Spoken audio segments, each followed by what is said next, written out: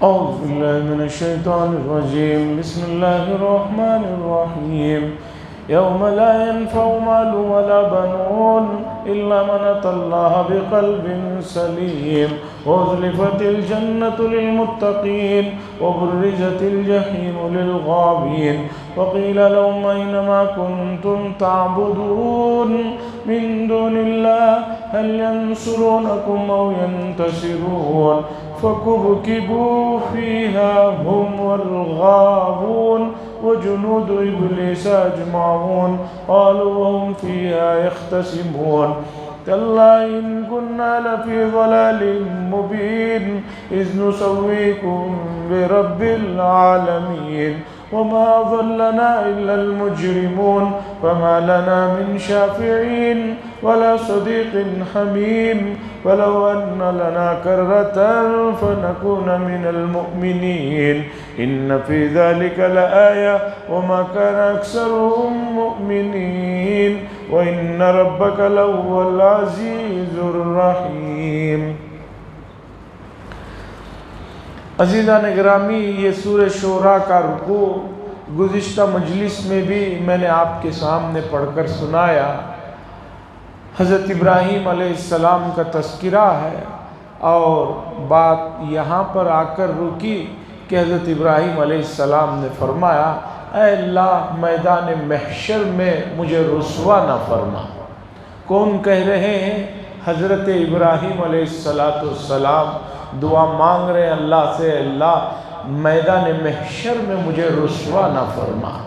ابو الانبیاء جن کی نسلوں میں 70,000 انبیاء علیہ السلام آئے ہیں اور جن کے بارے میں اللہ نے فرمایا کہ یہ بہت ہی کامیاب اور اتنے بلند ترین آدمی ہیں کہ ہم نے ان کا امتحان لیا اور ہر بار یہ کامیاب رہے.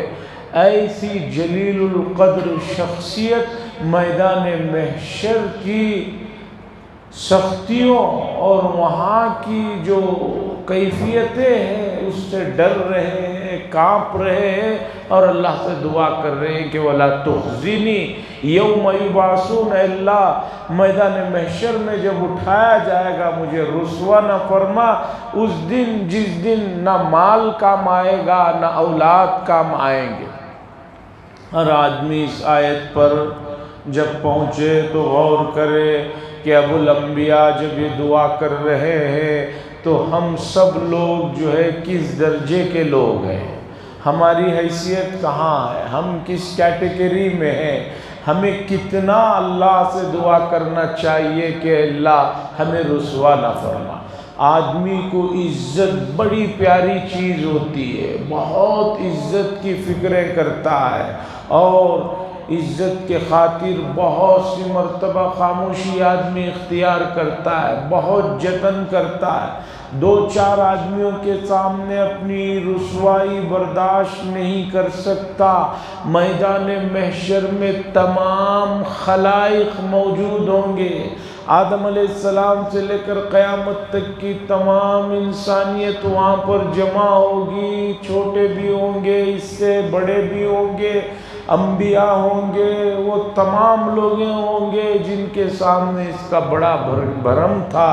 سوچئے کہ اس دن کی رسوائی کیا ہو. حدیثوں میں بڑی تفصیلات آئی ہیں. ایک بات بتاتا چلو، حدیث میں آیا ہے کہ اللہ تعالیٰ جب کوئی بندہ اس سے گناہ سرزد ہوتا ہے، توبہ کرتا ہے، معاف فرما دیتے ہیں. لیکن کوئی بندہ گناہ کرنے کے بعد بتاتا ہے، جیسے کہ آج یہ وبا چل پڑی ہے، یہ فیشن چل پڑا ہے، یہ بیماری چل پڑی ہے کہ نوجوان ایک دوسرے سے ملتے ہیں یا دوسرے ملتے ہیں تو بتاتے ہیں میں نے کل یہ گناہ کیا، میں نے یہ کام کیا، وہ کیا. حدیث میں آتا ہے میدان محشر میں اللہ فرمائیں گے ہم نے تو تیری ستاری کی تھی، ہم نے تو لوگوں سے تیرے گناہ چھپائے تھے، جب تو نے خود لوگوں کو بتایا ہے تو آج ان تمام مخلوق کے سامنے بتائے. اور حدیث میں یہ بھی آتا ہے کہ اللہ تعالیٰ کتنا ستاری کا معاملہ فرمائیں گے. قیامت کے دن ایک بندے کو بلایا جائے گا اور بندے اور اللہ کے درمیان میں کوئی ٹرانسلیٹر بھی نہیں ہوگا، ترجمان بھی نہیں ہوگا. اللہ بالکل قریب بلا کر پوچھیں گے کہ میرے بندے تو نے فلاں فلاں غلطیاں کی تھی، فلاں فلاں گناہ کیے تھے. اب اسے تو انکار کرنے کی کوئی گنجائش نہیں ہوگی، سب ثبوت ہوں گے، گواہ ہوں گے. وہ کہے گا کہ ہاں، اللہ فرمائیں گے جا ہم نے دنیا میں بھی تیری ستاری کی تھی، پردہ پوشی کی تھی، آج بھی پردہ پوشی کرنا. معاشرے میں گناہ پھیلنے کی وجہ یہ ہے کہ آدمی گناہ کر کے جو بتاتا ہے تو سننے والے کے دل میں بھی جو ہے اب گناہ کرنے کی خواہش پیدا ہوتی. اس لیے اگر کوئی غلطی، کوئی گناہ سرزد ہو جائے خفیہ طریقے پر تو آدمی توبہ کر کے اس گناہ کو اپنے تک ضم کر لے، محدود کر لے، کسی کو نہ بتائے گا تو اس کا ایک نقصان یہ ہوگا کہ سننے والوں کے دل میں بھی خواہش بڑھے گی. دوسرا نقصان یہ ہوگا کہ مستقبل میں اس نے سچی توبہ کر کے بھی کسی کو بتائے گا تو لوگ نہیں مانیں گے. اور تیسری بات یہ ہے کہ میدان محشر میں سب کے سامنے رسوا ہونا پڑے گا.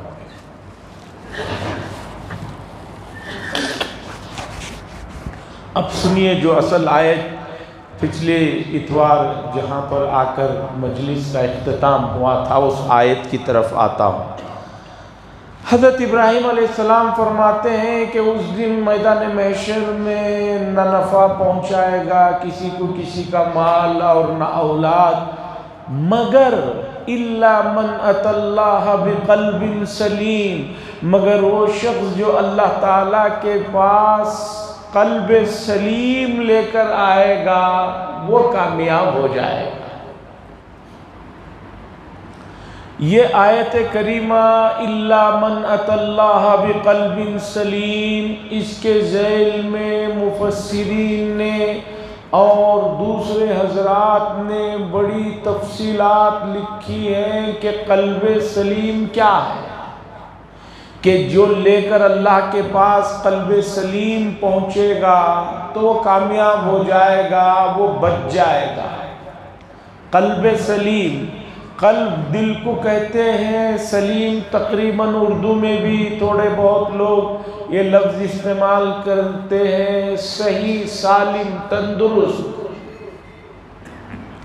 اب قلب سلیم سے کیا مراد ہے؟ سنیے مفسرین کیا فرماتے ہیں. مفسرین میں حضرت ابن عباس رضی اللہ تعالیٰ عنہ اور ان کے شاگرد مجاہد رحمہ اللہ فرماتے ہیں قلب سلیم سے مراد وہ قلب ہے جو کفر اور شرک سے پاک ہو. کہ میدان محشر میں آدمی پہنچے گا جس حالت میں اس کا انتقال ہوا ہوگا وہی کیفیات کے ساتھ اٹھے گا.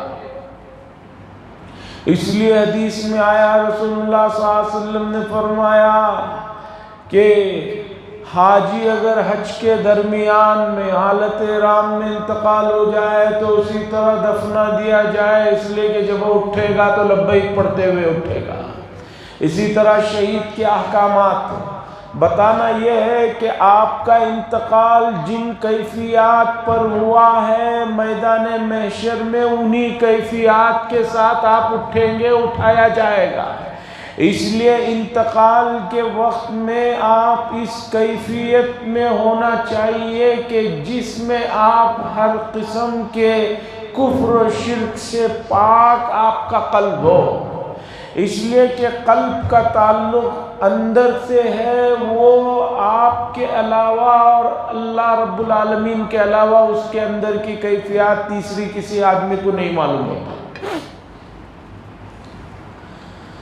مفسرین نے کہا کہ قلب سلیم سے مراد جو کفر و شرک سے پاک دل لے کر آئے گا میدان محشر میں پہنچے گا وہ جو ہے نجات پا لے گا، کسی نہ کسی صورت میں نجات پا لے گا.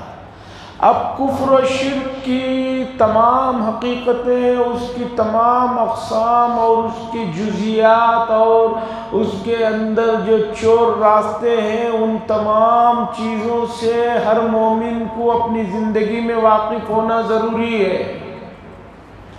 جیسے کمپیوٹر میں وائرس آنے کے خطرات رہتے ہیں، بتایا جاتا ہے کہ بھئی یہ چیزیں ڈاؤن لوڈ مت کرو، یہ کرنے سے وائرس آ جاتے ہیں۔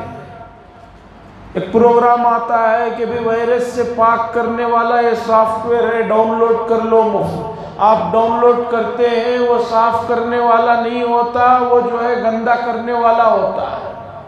موبائل فون ہے، یہ کمپیوٹر ہے، اس میں جو ہے وائرس کی جو ہے بچاؤ کے لیے مستقل اینٹی سافٹ ویئر ہزاروں روپیوں کے خرچ کر کے ڈالے جاتے۔ ہر سال نیا ورشن لایا جاتا ہے، نئی چیزیں لائی جاتی ہیں کہ بھی اب پچھلے سال جو آپ نے خریدا تھا اب وہ اس سال کام نہیں آئے گا، اب نیا آ گیا۔ اسی طرح کفر و شرک کا معاملہ ہے، اس کے اقسام، اس کے جو ہے انواع، ابلیس جو ہے نئی انداز سے، نفس نئے انداز سے انسان کو لے کر آتا ہے اور لا کر اندر ڈال دیتا ہے اور آدمی کو پتہ بھی نہیں چلتا۔ کفر و شرک کا مفہوم صرف اتنا نہیں ہے کوئی آدمی کسی پوجا، کسی مندر میں جا کر کسی بت کے سامنے جھک جائے، یہ صرف کفر و شرک کی ایک ہی قسم نہیں ہے۔ مفتی اعظم شیخ بن باز رحمہ اللہ، سابق مفتی سعودی عرب، انہوں نے ایک بات ارشاد فرمائی تھی اور بار بار کہتے تھے کہ جو آدمی قرآن و حدیث کے قوانین کے مقابلے میں دنیا کی پارلیمنٹوں میں یا دوسری جگہوں پر بنے ہوئے قوانین کو بہتر جانتا ہے اور کہتا ہے یہ قانون اسلام کے قانون سے بہتر ہے، تو سمجھیے کہ وہ آدمی دائرہ اسلام سے نکل چکا ہے۔ اللہ کے بنائے ہوئے قوانین کے مقابلے میں لوگوں کے بنائے ہوئے قوانین کو جو آدمی صحیح سمجھ رہا ہے، بہتر سمجھ رہا ہے، وہ شرک میں مبتلا ہو چکا ہے، وہ اسلام کے دائرے سے نکل چکا ہے۔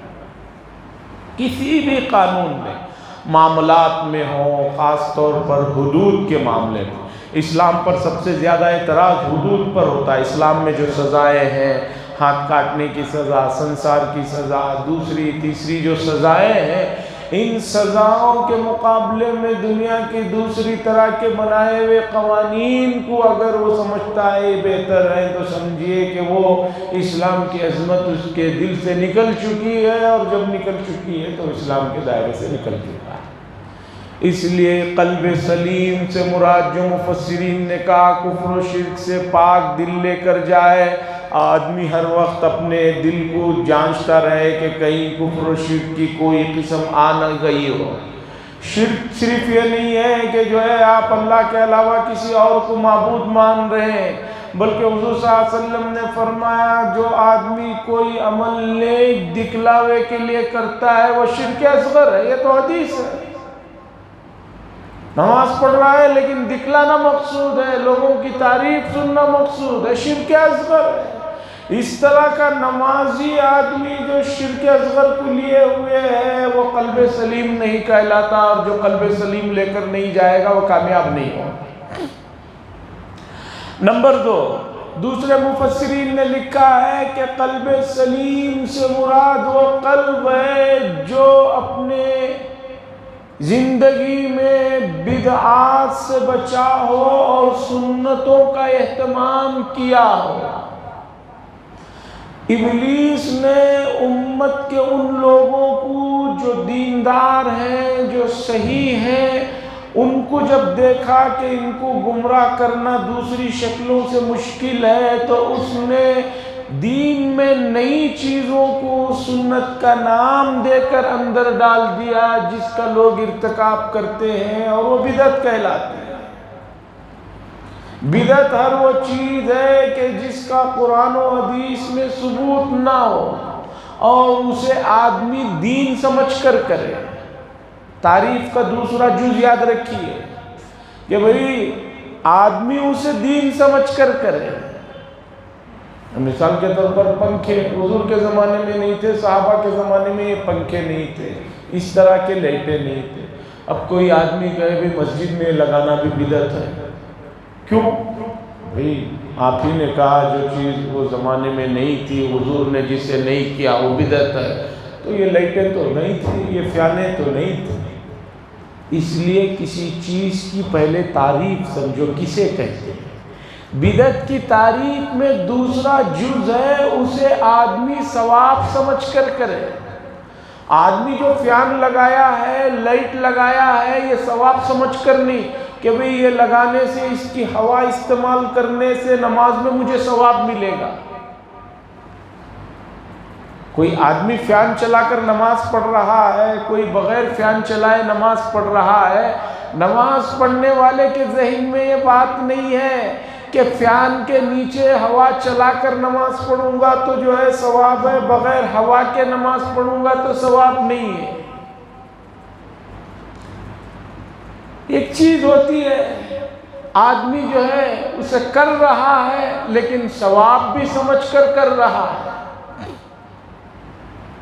تو ثواب سمجھ کر کوئی آدمی کرتا ہے جو دین کا حصہ نہیں ہے تو سمجھیے کہ یہ صحیح نہیں ہے، یہ درست نہیں ہے۔ ایسی بہت سی چیزیں ہیں، آپ نے دیکھا ہوگا مسجدوں میں بے حساب مرتبہ، بے شمار مسجدوں میں، یہاں بھی کبھی دیکھیے کہ سامنے کی صف میں پہلی صف ادھر پوری مکمل ہو گئی ہے، ادھر لوگ آنا ہی نہیں چاہتے۔ کیوں؟ لوگوں کے ذہن میں بیٹھا ہے کہ سیدھی طرف نماز پڑھنے میں زیادہ ثواب ہے، ادھر پڑھیں گے تو اتنا ثواب نہیں۔ یہ کہاں سے سمجھا آپ نے؟ مثال کے طور پر امام یہاں کھڑا ہے، ایک آدمی اس کونے میں کھڑا ہوتا ہے پہلی صف میں، اور ایک آدمی بالکل یہاں قریب میں کھڑا ہوتا ہے، تو یہ امام سے زیادہ قریب ہونے کی وجہ سے اس کے مقابلے میں اس سے زیادہ ثواب ملے گا۔ اس لیے ہمیشہ صف کہاں سے شروع کی جاتی ہے؟ بالکل دوسری صف کہاں سے شروع ہوتی ہے؟ امام کے پیچھے سے۔ تو بہت سے لوگ بہت سی چیزوں کو دین کا حصہ سمجھ کر، ثواب سمجھ کر کر رہے ہیں، اور یہی چیز جو نہیں ہے وہ بدعت کہلاتی ہے۔ مفسرین کہتے ہیں کہ قلب سلیم سے مراد وہ قلب ہے جو بدعات سے پاک ہو اور سنت سے معمور ہو، بھرا ہوا ہو۔ اور بھی مفسرین نے اس کے ذیل میں بہت چیزیں لکھی ہیں۔ بہرحال اللہ سے دعا فرمائے اللہ تعالیٰ اس حالت میں دنیا سے ہماری آخری سانسوں کو رخصتی عطا فرمائے کہ کفر و شرک سے ہم خالی ہو اور بدعات سے خالی ہو، اور اللہ کی ذات پر یقین کرتے ہوئے جائیں تو قلب سلیم اللہ کے پاس لے جائیں گے۔ اور حضرت ابراہیم علیہ السلام کے ذریعے سے اللہ نے یہ بات ہمیں بتائی کہ جو آدمی میدان محشر میں قلب سلیم کے ساتھ آئے گا وہ کامیاب ہو جائے گا۔ اب سنیے، وہ ازلفت الجنت للمتقین، متقیوں کا احترام دیکھیے کہ جنت ان کے قریب کر دی جائے گی۔ مفسرین نے کیا نکتہ لکھا ہے؟ مفسرین نے لکھا ہے متقیوں کو جنت کے قریب نہیں لے جایا جائے گا بلکہ جنت کو متقیوں کے قریب کر دیا جائے گا، اس لیے کہ متقیوں کا مقام بہت بلند ہے، تو جس آدمی کا مقام بلند ہے اسے نہیں لے جایا جاتا بلکہ اس کے پاس چیز لائی جاتی ہے۔ وَبُرِّزَتِ الْجَحِيمُ لِلْغَاوِينَ۔ اب متقیوں کے ساتھ یہ معاملہ ہے تو نافرمانوں کے ساتھ کیا ہوگا؟ اور جہنم برے لوگوں کے قریب کر دی جائے گی، ان کو جو ہے جہنم کے قریب جو ہے ان برے لوگوں کو لے جا کر چھوڑ دیا جائے گا، ظاہر کر دیا جائے گا۔ جہنم پورے غصے کے ساتھ، آب و تاب کے ساتھ، اپنی پوری شدت اور تلخیوں اور گرمیوں کے ساتھ جو ہے جہنمیوں پر ظاہر کر دی جائے گی۔ جہنم کا غصہ جہنم کی تپش کا اندازہ لگائیے۔ حدیث میں آتا ہے، قرآن کی اس آیت کی تفسیر میں جو سورہ قاف میں ہے کہ اللہ تعالیٰ میدان محشر میں حساب کتاب کے بعد جنت میں جنتیوں کو، جہنم میں جہنمیوں کو ڈال دیں گے اور پوچھیں گے حل امتلأتی وتقول حل من مزید۔ اللہ پوچھیں گے جہنم سے کیا تو بھر گئی؟ وتقول حل من مزید، جہنم کہے گی مجھے اور چاہیے، اور لائیے، میرے اندر اور وسعت ہے، میں اور لوگوں کو جو ہے اپنے عذاب میں لینا چاہتی ہوں۔ اس آیت کی تفسیر میں حدیث میں ہے کہ جہنم اور مانگتی رہے گی یہاں تک کہ اللہ تبارک و تعالیٰ اپنا قدم مبارک اس پر رکھیں گے، تب کہے گی قطو اب میں بھول گئی۔ وبرزت الجحیم للغاوین، اور ظاہر کر دیا جائے گا جہنم کو برے لوگوں کے لیے۔ وقیل لہم، اور ان سے کہا جائے گا اینما کنتم تعبدون، کہاں ہے وہ لوگ جن کی تم پوجا کرتے تھے؟ کہاں ہے وہ بڑے جن کے سامنے تم جھکتے تھے؟ من دون اللہ، اللہ کو چھوڑ کر دوسروں کی جو پوجا کرتے تھے، کہاں ہے وہ؟ هل ينصرونکم او ينتصرون، کیا وہ تمہاری مدد کریں گے یا خود اپنی مدد کر لیں گے؟ وہ لوگ تمہاری کیا مدد کریں گے؟ وہ خود اپنی مدد کر لیں تو بہت بڑی بات ہے۔ فَكُبْكِبُوا فِيهَا هُمْ وَالْغَاوُونَ، پس ان کو اور ان معبودوں کو اوندھے وہ جہنم میں ڈال دیا جائے گا۔ وَجُنُودُ إِبْلِيسَ أَجْمَعُونَ، اور ابلیس کے پورے لشکر کو بھی جہنم میں ڈال دیا جائے گا۔ قالوا وهم فيها يختصمون، اس کے بعد ابلیس اپنی پوری ٹیم کے ساتھ جو پوچھتے تھے وہ، اور جن کو پوجا گیا تھا وہ، تاکہ ان کو اور تکلیف ہو، ان سب کو جہنم میں ڈال دیا جائے گا، تو وہ وہاں آپس میں ایک دوسرے سے لڑ رہے ہوں گے، آپس میں ایک دوسرے سے جو ہے بحث و مباحثہ کریں گے۔ تاللہ ان کننا لفی ضلال مبین، اللہ کی قسم ہم لوگ اس وقت کھلی ہوئی گمراہی میں تھے جب ہم نے تمہیں رب العالمین کے برابر قرار دیا۔ ہم نے رب العالمین کے برابر جو تمہیں قرار دیا وہ گمراہی کا معاملہ تھا۔ مفسرین نے جو باتیں یہاں لکھی ہیں ذرا توجہ سے سنیں۔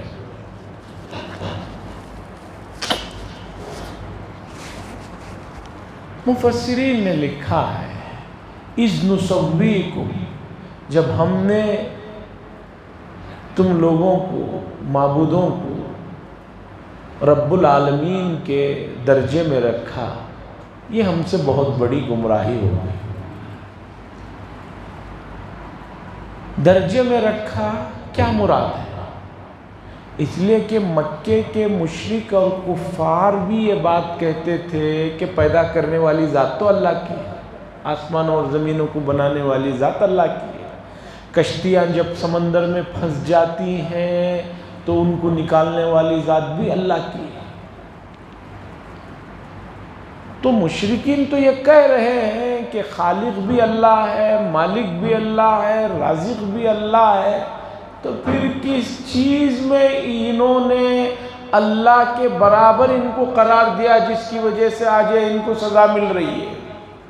مفسرین نے لکھا ہے، بہت نکتے کی بات ہے، مفسرین نے لکھا ہے شرک کرنے والوں کو بھی معلوم ہے کہ یہ اللہ نہیں ہے، اللہ تو وہ ہے جس نے پیدا کیا، سب کچھ کرتا ہے، لیکن ان معبودوں کی محبت اور ان سے جو یہ عقیدت ہے غلو کے درجے میں، اس چیز میں انہوں نے جو اللہ کے ساتھ محبت کرنا تھا، اس درجے کی محبت ان معبودوں سے جو کی، اس میں جو غلو کیا، حد درجے جو آگے بڑھے، اس میں انہوں نے برابر کیا تھا، وہ محبت اور غلو ان کو لا کر یہاں برباد کر رہی۔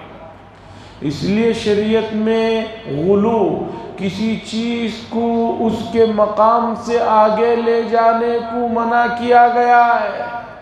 رسول اللہ صلی اللہ علیہ وسلم نے فرمایا لا تفضلونی علی یونس ابن متہ، لوگوں مجھے یونس ابن متہ پر فضیلت مت دو۔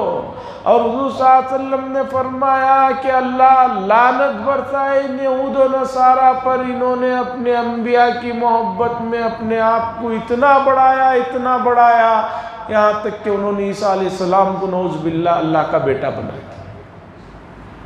عزیر علیہ السلام کو یہودیوں نے اللہ کا بیٹا قرار دے دیا۔ تو جس چیز میں غلو ہو وہ چیز آگے چل کر نقصان میں پہنچا دیتی ہے۔ محبت کی جو انتہا ہے وہ صرف اور صرف اللہ تعالیٰ کے ساتھ ہونا چاہیے۔ اللہ کی ذات کے علاوہ کوئی حد کے بغیر جو محبت ہے وہ اللہ کے ساتھ ہے۔ باقی تمام جگہوں میں حد بندیاں، اس سے آگے کوئی آدمی آگے نہیں بڑھ سکتا۔ فقہاء نے مسئلہ لکھا ہے، اگر کوئی آدمی اپنی بیوی کو محبت میں بہت ہی خوش ہو کر یہ جملہ کہہ دیا انت علی کظہر امی، تو میرے لیے بہت محترم ہے جیسے کہ میری ماں میرے لیے محترم ہے، نکاح کے سلسلے میں مسئلے آ جاتے ہیں کہ اب نکاح برقرار رہا یا نہیں۔ بیوی سے محبت کرنا ہے، لیکن کوئی آدمی اس محبت کو ماں کی محبت کے ساتھ تشبیہ دیتا ہے تو پھر اب نکاح خطرے میں پڑ جاتا ہے۔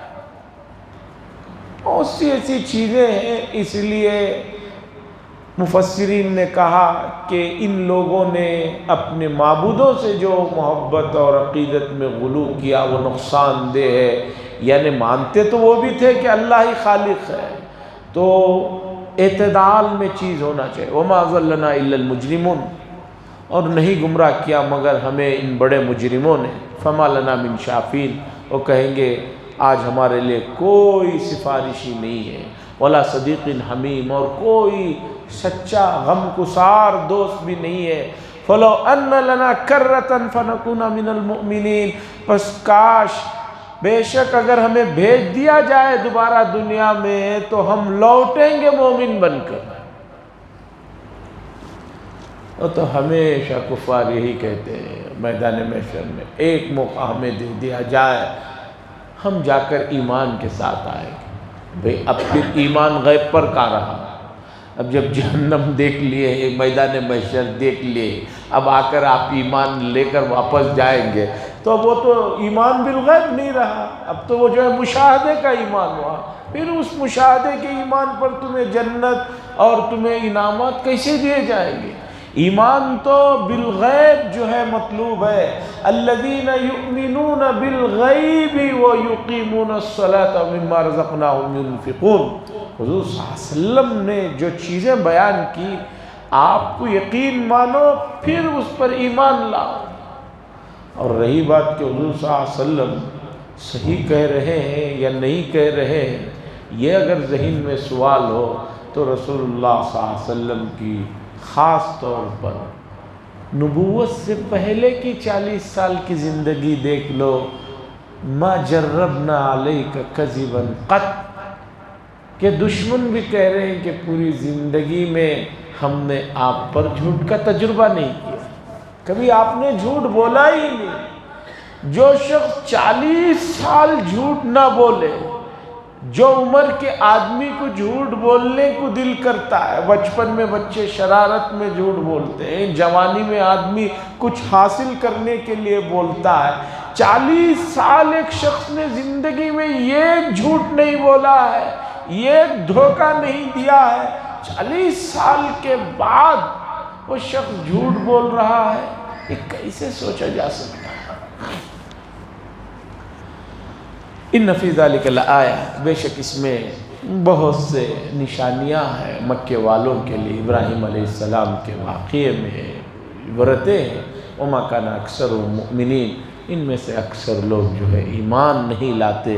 وَإِنَّ رَبَّكَ لَهُوَ الْعَزِيزُ الرَّحِيمُ، اور بے شک آپ کا رب بہت زبردست صاحب اقتدار بھی ہیں اور صاحب کامل رحم کرنے والے بھی ہیں۔ یہ رہا حضرت ابراہیم علیہ السلام کا واقعہ۔ اگلا رکوع حضرت نوح علیہ السلام کے واقعے سے شروع ہو رہا ہے۔ اللہ سے دعا فرمایا، اللہ تبارک و تعالیٰ ابراہیم علیہ السلام نے جو فرمایا کہ قلب سلیم جو لے کر پہنچے گا میدان محشر میں وہ کامیاب ہوگا، اللہ تعالیٰ ویسا قلب سلیم تمام امت مسلمہ کو نصیب فرمائے۔ وآخر دعوانا الحمدللہ رب العالمین، لک الحمد و لک الشکر یا اللہ، اللہم صلی علی سیدنا شفیعنا نبینا حبیبنا مولانا محمد بارک وسلم۔ اللہم انت السلام ومنک السلام وتبارک ذا الجلال والاکرام۔ اللہم انا نسألک الہدى والتقى والعفاف والغنى، صلی اللہ تعالی وسلم علی خیر خلق محمد وعلی آلہ وصحبہ اجمعین، والحمد للہ رب العالمین۔